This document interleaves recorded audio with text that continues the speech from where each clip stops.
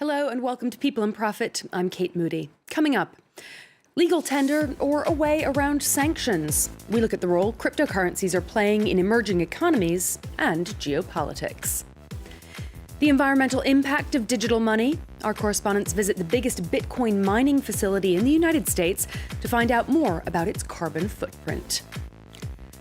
And can the one-time Bitcoin baron rise from the ashes of the fallen Mt. Gox? Mark Carpellas speaks to France 24 about his future. What role will cryptocurrencies play in the 21st century? More mainstream financial institutions are now embracing crypto assets, while 2 countries have adopted Bitcoin as legal tender.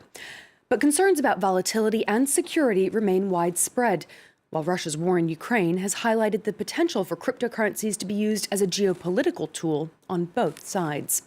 Bitcoin remains the most widely used and recognized cryptocurrency in the world, followed by Ethereum and Tether. Let's speak now to Sean Lee, Senior Advisor at the Crypto Council for Innovation. Thanks for being with us on the show today. I want to start by asking whether you consider cryptocurrencies to be a form of payment or an investment. That's a great question, actually. So I would really look at it more of a little bit of both. I think the cryptocurrency, when it was designed, was primarily used as a utility for various different types of services to be run on top of a blockchain network. But of course, over the last few years, with the acceleration of the market growth, as well as a lot of the volatility within the markets, many have been looking at it more so from an investment perspective. So I would say it's a little bit of both, but I think it's a healthy kind of a balance in between. From an innovation perspective, both from a technology and also from a financial side, that really makes the space very exciting and a lot of exciting growth to be had in the future.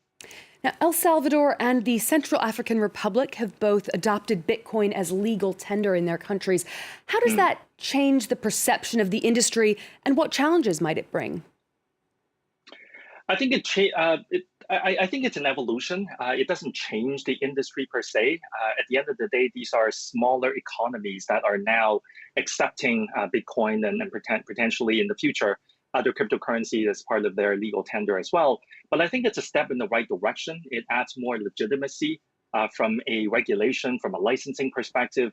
But at the same time, it allows folks in general to look at more utility around the technology, around the asset itself, less so from a purely speculative asset perspective, but more so in terms of some real application usage that potentially can be directly impacting within the society itself. Now, there are concerns about how cryptocurrencies might be used by actors or states. At the moment, in particular, we're talking about Russia here, to try to evade sanctions. Does that undermine the industry's credibility? Well, I think if we specifically within the current conflicts within Europe, I think you can kind of look at crypto usage in 2 ways, right? There are certainly some that are talking about the evasion aspect. Now, to be fair, I think a lot of the government officials truly around the world haven't really seen too much real hard evidence in terms of crypto being used in that manner. But there's also the other aspect of it, right? Because if you looked at in the earlier days during the invasion, there were also many community members crypto community members around the world that were making tremendous amounts of donation directly to the Ukrainian government. So you can almost see kind of the positive and potentially not so positive sides that are where crypto and blockchain technologies are being used. But I think at the end of the day, crypto, even though it's grown a lot over the last few years, the volume of it and also the transparency aspect of blockchain technologies really make these evasion mechanisms or evasion potentials much less of a real concern than potentially society might be thinking about. So I think in general, there is a possibility that some smaller amounts could be going through alternative payment network, which could include cryptocurrencies and the blockchain networks. But I think in reality, it's really not happening as much as people will maybe playing up to be. But more so importantly, I think, like I said before, the transparency aspect of crypto transactions being on a blockchain network that is public actually makes it even harder to do so. than otherwise. One of the big issues that is facing the industry at the moment is the impact on the environment, the huge amounts of energy that are required for these computers to release the cryptocurrency in question. Sean, I'm going to ask you to stay with us for a moment because a France 24 team in the United States has been visiting America's biggest Bitcoin mining facility in the heart of Texas. Here's their report. With its huge warehouses set up in the Texan countryside, this is the largest Bitcoin mine in the United States. We should have some right here. Perfect. Just what we were looking for. Although not precious metals, it still takes miners to make this virtual currency. Chad Harris has been the gatekeeper since launching his business 2 years ago. When we use the word miner, this is a computer that has chips inside, and it processes the actually Bitcoin algorithm, which solves the equation that then earns the Bitcoin. These particular miners, which are S19s, are averaging about $25 to $30 a day. The figurative gold mine employs more than 200 people. All right, so we're going to go inside. This is the center of it all. With 100,000 computers running at full speed, the noise is almost deafening. You're like, holy cow. When you look down this wall, this is around 450 feet, 20 feet high of Bitcoin mining. It takes 400 megawatts to power these machines, the equivalent of half a nuclear reactor. But in Texas, energy is cheap and abundant. Texas is the epicenter of Bitcoin mining. It is because it is a free market with decentralized power and business friendly.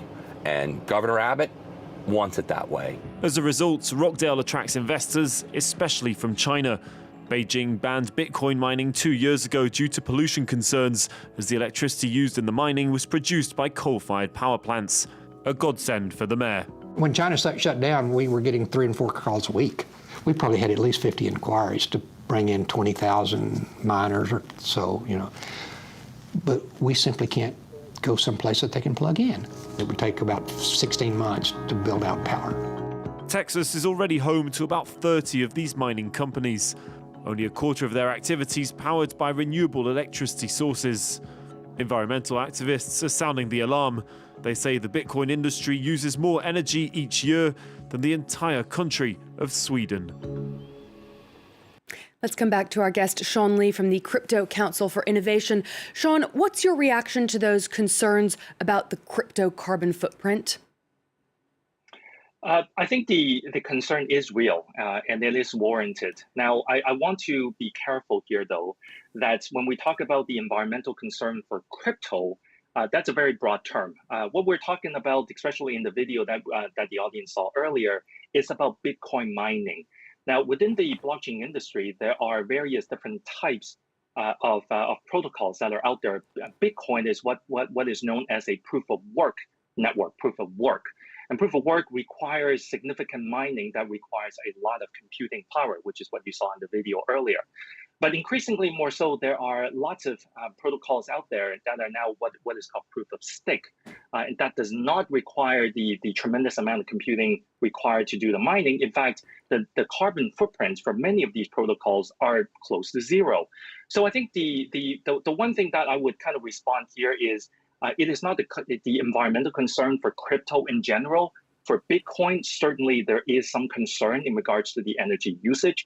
But for the industry in general, actually the carbon footprint is actually quite healthy because of continuous innovation from a technology perspective, and also from a environmental and also organizational side as well. So I think when we talk about these environmental kind of topics, it is very important to kind of recognize where things are, but also more importantly, understand the developments that are happening and the evolution that are happening within the space as well. Sean Lee, thank you so much for joining us on People and Profit today.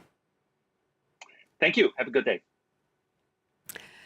In 2014, the Bitcoin exchange Mt. Gox collapsed, shaking the industry and leading to the arrest of its boss, Mark Carpellas. 8 years on, the Frenchman is back on the crypto scene and vowing to clean it up. Our correspondents Constantin Simon, Louis Bellin, and Justin McCurry went to meet him in Tokyo. Mark Carpellas tinkers with a cryptocurrency ATM in his garage in Tokyo. The machine is a reminder of better times when he was known as the Bitcoin Baron. It's all handmade in here. Anyone could access bitcoins through this machine. It has lots of good memories. In 2011, the Tokyo-based programmer bought Mt. Gox, a Bitcoin exchange. It became the biggest platform in the world, dealing with assets worth $1 billion. But 3 years later, Mt. Gox was hacked and 550,000 bitcoins vanished. The exchange went bankrupt and Carpellas was suspected of pilfering customers' accounts. I was Carlos Ghosn before Carlos Ghosn. Everything I had owned so far suddenly became worthless. I was on a highway to hell. From one day to the next, not only were the people ignoring me, but I was receiving death threats. Those were very tough times. This former Mt. Gox client lost 30 bitcoins worth €2,000 in 2014. Today, they'd be worth €1 million. He speaks anonymously for fear of reprisals from cybercriminals. He believes Carpellas was partly the author of his own downfall. I don't know. Was it madness? Was it a challenge against himself? Did he overestimate how safe Mt. Gox was? He lacked proficiency at both technical and business levels. The former investor is seeking compensation of around €150,000, while a Russian hacker is suspected of stealing from Mt. Gox and has been arrested. Carpellas is trying to make amends. His new cryptocurrency ratings agency is designed to improve decision-making in the high-risk Bitcoin trade. It's often very difficult to know whether a business or a project is trustworthy. And because I've made a number of mistakes, I can prevent those mistakes from happening again. The virtual currency market faces huge challenges. In 2021, cryptocurrency fraud led to a record €13 billion in losses. That's all for this week, but you'll find this and all our previous programs on our website and as a podcast wherever you usually listen. You can also get in touch with your comments and questions on social media. Until next time, thanks for watching.